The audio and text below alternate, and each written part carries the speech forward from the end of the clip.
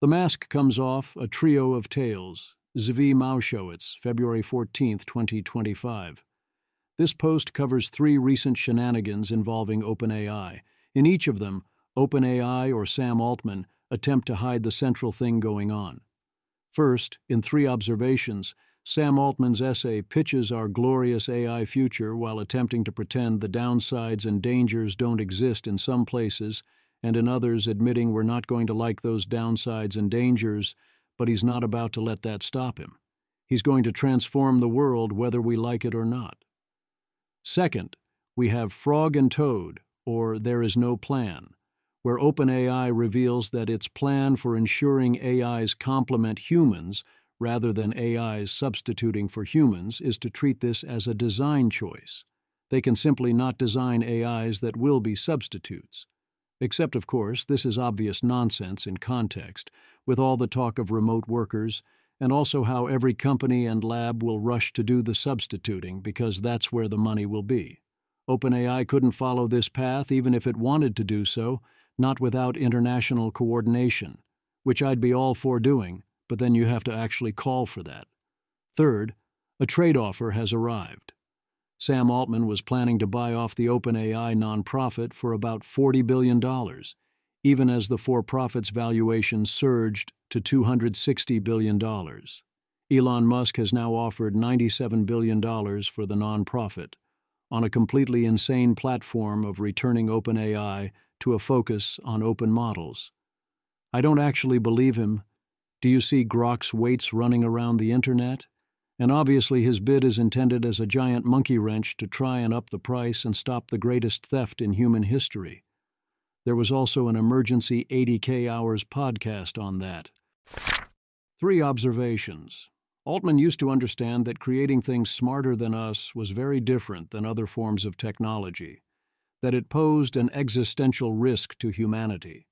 He now pretends not to, in order to promise us physically impossible, wondrous futures with no dangers in sight, while warning that if we take any safety precautions, then the authoritarians will take over.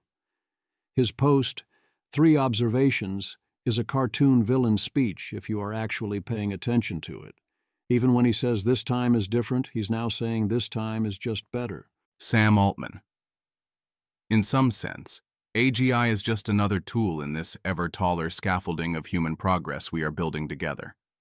In another sense, it is the beginning of something for which it's hard not to say, this time it's different. The economic growth in front of us looks astonishing, and we can now imagine a world where we cure all diseases, have much more time to enjoy with our families, and can fully realize our creative potential. In a decade, perhaps everyone on Earth will be capable of accomplishing more than the most impactful person can today. Yes, there's that sense.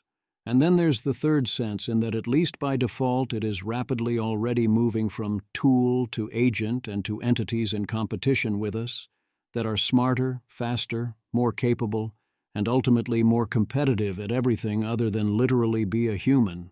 It's not possible for everyone on Earth to be capable of accomplishing more than the most impactful person today. The atoms for it are simply not locally available. I know what he is presumably trying to say, but no. Altman then lays out 3 principles. 1. The intelligence of an AI model roughly equals the log of the resources used to train and run it. These resources are chiefly training compute, data, and inference compute. It appears that you can spend arbitrary amounts of money and get continuous and predictable gains. The scaling laws that predict this are accurate over many orders of magnitude. 2. The cost to use a given level of AI falls about 10x every 12 months, and lower prices lead to much more use. You can see this in the token cost from GPT-4 in early 2023 to GPT-4o in mid-2024. Where the price per token dropped about 150x in that time period. Moore's law changed the world at 2x every 18 months. This is unbelievably stronger. 3. The socioeconomic value of linearly increasing intelligence is super exponential in nature. A consequence of this is that we see no reason for exponentially increasing investment to stop in the near future. Even if we fully accept point 1, that doesn't tell us as much as you might think. 1. It doesn't tell us how many ohms, orders of magnitude, are available to us, or how we can make them available, or how much they cost. 2. It doesn't tell us what other ways we could also scale intelligence of the system, because of algorithmic efficiency. He covers this in point number 2, but we should expect this law to break to the upside. Go faster, once AIs smarter than us are doing the work. 3. It doesn't tell us what the scale of this intelligence is, which is a matter of much debate. What does it mean to be twice as smart as the average, let's simplify and say IQ 100 person? It doesn't mean IQ 200. That's not how that scale works. Indeed, much of the debate is people essentially saying that this wouldn't mean anything, if it was even possible. 4. It doesn't tell us what that intelligence actually enables, which is also a matter of heated debate. Many claim, essentially, if you had a country of geniuses in a data center, to use Dario's term, that this would only add, e.g., 0.5% to our GDP growth, and would not threaten our lifestyles much, let alone our survival. The fact that this does not make any sense does not seem to dissuade them, and the final form likely goes far beyond genius in that data center. Then point 2, as I noted, we should expect a break to the upside if capabilities continue to increase and to largely continue for a while in terms of cost, even if capabilities mostly stall out. Point 3 may or may not be correct, since defining linear intelligence is difficult, and there are many purposes for which all you need is enough intelligence, as we can observe with many human jobs, where being a genius is of at most marginal efficiency benefit. But there are other things for which, once you hit the necessary thresholds, there are dramatic super-exponential returns to relevant skills and intelligence by any reasonable measure. Altman frames the impact of superintelligence as a matter of socioeconomic value, ignoring other things this might have an impact upon. If these 3 observations continue to hold true, the impacts on society will be significant. No shit, Sherlock. This is like saying dropping a nuclear bomb would have a significant impact on an area's thriving nightlife. I suppose Senator Blumenthal was right. By existential, you did mean the effect on jobs. Speaking of which, if you want to use the minimal amount of imagination, you can think of virtual co-workers while leaving everything else the same. Still, imagine it as a real but relatively junior virtual co-worker. Now imagine 1,000 of them. Or 1 million of them. Now imagine such agents in every field of knowledge work. Then comes the part where he assures us that timelines are only so short. The world will not change all at once. It never does. Life will go on mostly the same in the short run, and people in 2025 will mostly spend their time in the same way they did in 2024. We will still fall in love, create families, get in fights online, hike in nature, etc. But the future will be coming at us in a way that is impossible to ignore, and the long-term changes to our society and economy will be huge. We will find new things to do, new ways to be useful to each other, and new ways to compete, but they may not look very much like the jobs of today. Yes, everything will change, but why all this optimism stated as fact? Why not frame that as an aspiration, a possibility, an ideal we can and must seek out? Instead, he blindly talks like Derek on shrinking and says it will all be fine. And oh, it gets worse. Technically speaking, the road in front of us looks fairly clear. No, it bloody does not. Do not come to us and pretend that your technical problems are solved. You are lying. Period. About the most important question ever. Stop it. But don't worry, he mentions AI safety, as in, he warns us not to worry about it, or else the future will be terrible, right after otherwise assuring us that the future will definitely be amazingly great. While we never want to be reckless, and there will likely be some major decisions and limitations related to AGI safety that will be unpopular, directionally, as we get closer to achieving AGI, we believe that trending more towards individual empowerment is important.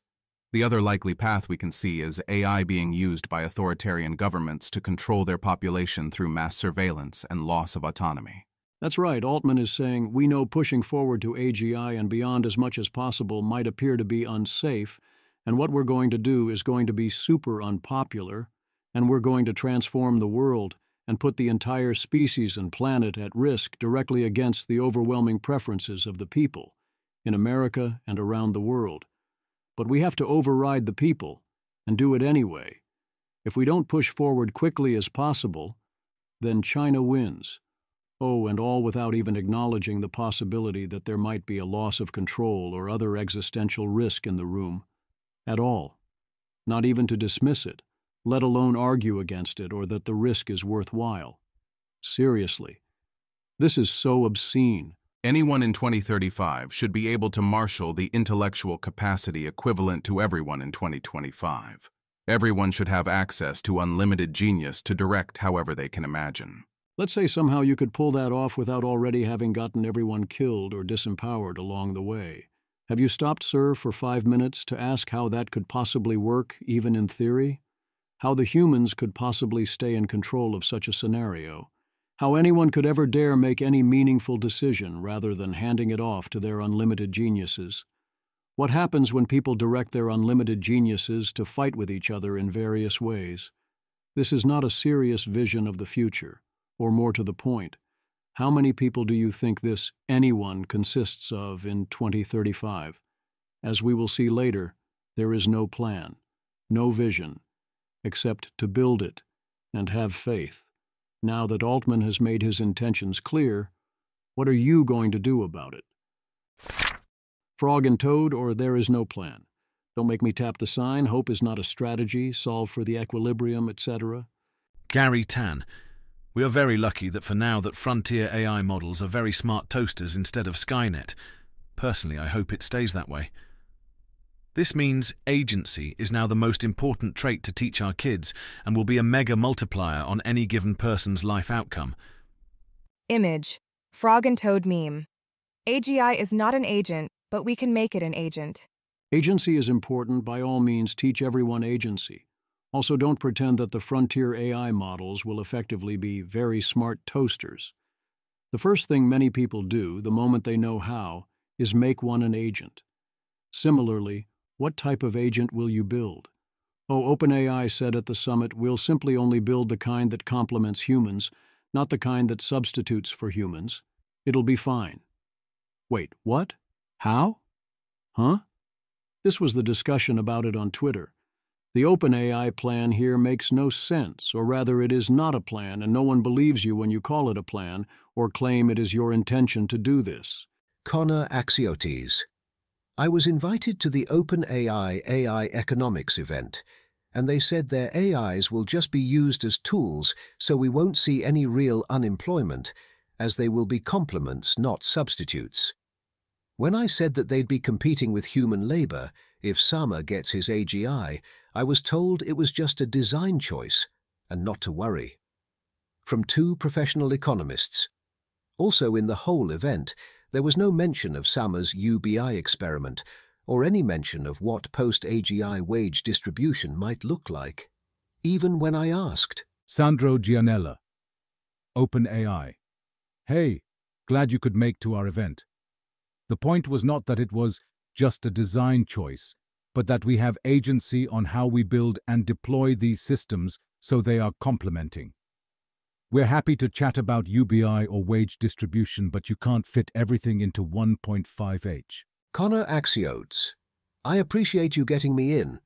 It was very informative, and you were very hospitable. And I wish I didn't have to say anything, but many in that room will have left, gone back to their respective agencies and governments, and said, OpenAI does not think there will be job losses from AGI, and I just think it shouldn't have been made out to be that black and white. Regarding your second point, it also seems Sama has just spoken less about UBI for a while. What is OpenAI's plans to spread the rent? UBI. WorldCoin. If there is no unemployment, why would we need that? Zvi Maushowitz, replying to Sandro, got no response so far. Serious question on the first point. We do have such agency in theory, but how collectively do we get to effectively preserve this agency in practice? The way any given agent works is a design choice, but those choices are dictated by the market/competition/utility, if allowed. All the same concerns about the race to AGI apply to a race to agency, except now with the tools generally available, you have a very large number of participants, so what to do? Stephen Adler, ex-OpenAI. Politely, I don't think it is at all possible for OpenAI to have AGI plus only complement humans rather than replace them. I can't imagine any way this could be done. Nor do I believe that OpenAI's incentives would permit this even if possible. David Mannheim. Seems very possible to do with a pretty minimal performance penalty as long as you only compare to humans, instead of comparing to inarguably superior, unassisted and unmonitorable agentic AI systems. Stephen Adler. In a market economy, I think those non-replacing firms just eventually get vastly outcompeted by those who do replacement. Also, in either case, I still don't see how OAI could enforce that its customers may only complement, not replace. David Mannheim. Yes, it's trivially incorrect. It's idiotic. It's completely unworkable because it makes AI into a hindrance rather than an aid. But it's also the only approach I can imagine which would mean you could actually do the thing that was claimed to be the goal. OpenAI can enforce it the same way they plan to solve superalignment, assert an incoherent or impossible goal, and then insist that they can defer solving the resulting problem until they have superintelligence do it for them. Yes, this is idiocy, but it's also their plan. SMA. We have agency on how we build and deploy these systems so they are complementing. Given the current race dynamics, this seems very false. I don't think it is their plan. I don't even think it is a plan at all. The plan is to tell people that this is the plan. That's the whole plan. Image, frog and toad meme. Our AI will be a complement for humans, not a substitute. But we can make it a substitute. Is it a design choice for any individual which way to build their AGI agent? Yes, provided they remain in control of their AGI. But how much choice will they have, competing against many others? If you not only keep the human in the loop, but only complement them, you are going to get absolutely destroyed by anyone who takes the other path, whether the you is a person, a company, or a nation. Once again, I ask, is Sam Altman proposing that he take over the world to prevent anyone else from creating AI agents that substitute for humans? If not, how does he intend to prevent others from building such agents? The things I do strongly agree with. 1. We collectively have agency over how we create and deploy AI. 2. Some ways of doing that work out better for humans than others. 3. We should coordinate to do the ones that work out better, and to not do the ones that work out worse. The problem is, you have to then figure out how to do that in practice and solve for the equilibrium, not only for you or your company, but for everyone. Otherwise, it's not me, it's the incentives. And in this case, it's not a subtle effect, and you won't last 5 minutes. You can also say, oh, any effective form of coordination would mean tyranny, and that is actually the worst risk from AI, and then watch as everyone closes their eyes and runs straight into the technically metaphorical, but kind of also not so metaphorical, whirling blades of death. I suppose that's another option. It seems popular. A trade offer has arrived. Remember when I said that OpenAI's intention to buy their nonprofit arm off for approximately $40 billion was drastically undervaluing OpenAI's nonprofit and potentially the largest theft in human history? Confirmed. Jessica Tunkel and Berber Jin, Wall Street Journal. Elon Musk-led group makes $97.4 billion bid for control of OpenAI. Unsolicited offer complicates Sam Altman's plans to convert OpenAI to a for-profit company. It's time for OpenAI to return to the open-source, safety-focused force for good it once was, Musk said in a statement provided by Toberoff. We will make sure that happens. One piece of good news is that this intention, to take OpenAI actual open source, will not happen. This would be complete insanity as an actual intention. There is no such thing as OpenAI as open-source, safety-focused force for good, unless they intend to actively dismantle all of their frontier models. Indeed, I would outright say, OpenAI releasing the weights of its models would present a clear and present danger to the national security of the United States. Also, It would dramatically raise the risk of Earth not containing humans for long, but alas, I'm trying to make a point about what actually motivates people these days. Not that any of that has a substantial chance of actually happening. This is not a bid that anyone involved is ever going to accept or believes might be accepted. Getting it accepted was never the point. This offer is designed to be rejected. The point is that if OpenAI still wants to transition to a for-profit, it now has to pay the nonprofit far closer to what it is actually worth, a form of a Harburger tax. It also illustrates the key problem with a Harburger tax. If someone else really does not like you and would greatly enjoy ruining your day or simply wants to extort money, then they can threaten to buy something you're depending on simply to blow your whole operation up. Altman, of course, happy to say the pro-OpenAI half the quiet part out loud. Sam Altman. I think he is probably just trying to slow us down. He obviously is a competitor. I wish he would just compete by building a better product, but I think there's been a lot of tactics, many lawsuits, all sorts of other crazy stuff. Now this. Charles Capel and Tom McKenzie. In the interview on Tuesday, Altman chided Musk, saying, "Probably his whole life is from a position of insecurity. I feel for the guy." Altman added that he doesn't think Musk is a happy person. Garrison Lovely explains all this here, that it's all about driving up the price that OpenAI is going to have to pay. Nathan Young also has a thread where he angrily explains Altman's plan to steal OpenAI in the context of Musk's attempt to disrupt this. Sam Altman. No thank you, but we will buy Twitter for $9.74 billion if you want. Elon Musk. Reply to Altman, swindler. Kelsey Piper. Elon's offer to purchase the OpenAI nonprofit for $97.4 billion isn't going to happen, but it may seriously complicate OpenAI's efforts to claim the nonprofit is fairly valued at $40 billion. If you won't sell it for $97.4 billion, that means you think it's worth more than that. I wrote back in October that OpenAI was floating valuations of its nonprofit that seemed way too low. Padme and Anakin meme. Left panel. Anakin looking serious. A fair valuation of the non-profit is $40 billion. Right panel. Padme smiling. So you'll sell it to me for $97 billion, right? Jungwon has some experience with such transfers and offers thoughts saying this absolutely presents a serious problem for Altman's attempt to value the nonprofit at a fraction of its true worth. Anticipated arguments include OpenAI is nothing without its people, and that everyone would quit if Elon bought the company, which is likely true, and that Elon's plan would violate the charter and be terrible for humanity, which is definitely true, and that Altman could essentially dissolve OpenAI and start again if he needed to, as he essentially threatened to do last time. In this case, it's a credible threat.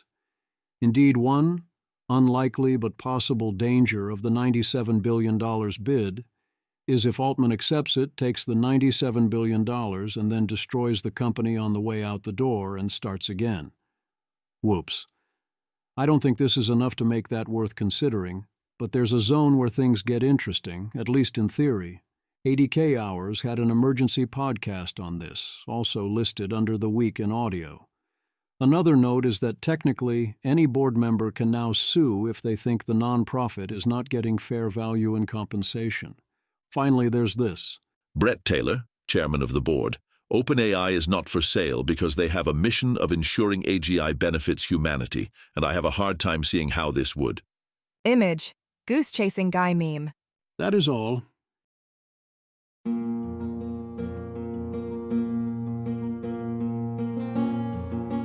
This has been an episode of the Don't Worry About the Vase podcast.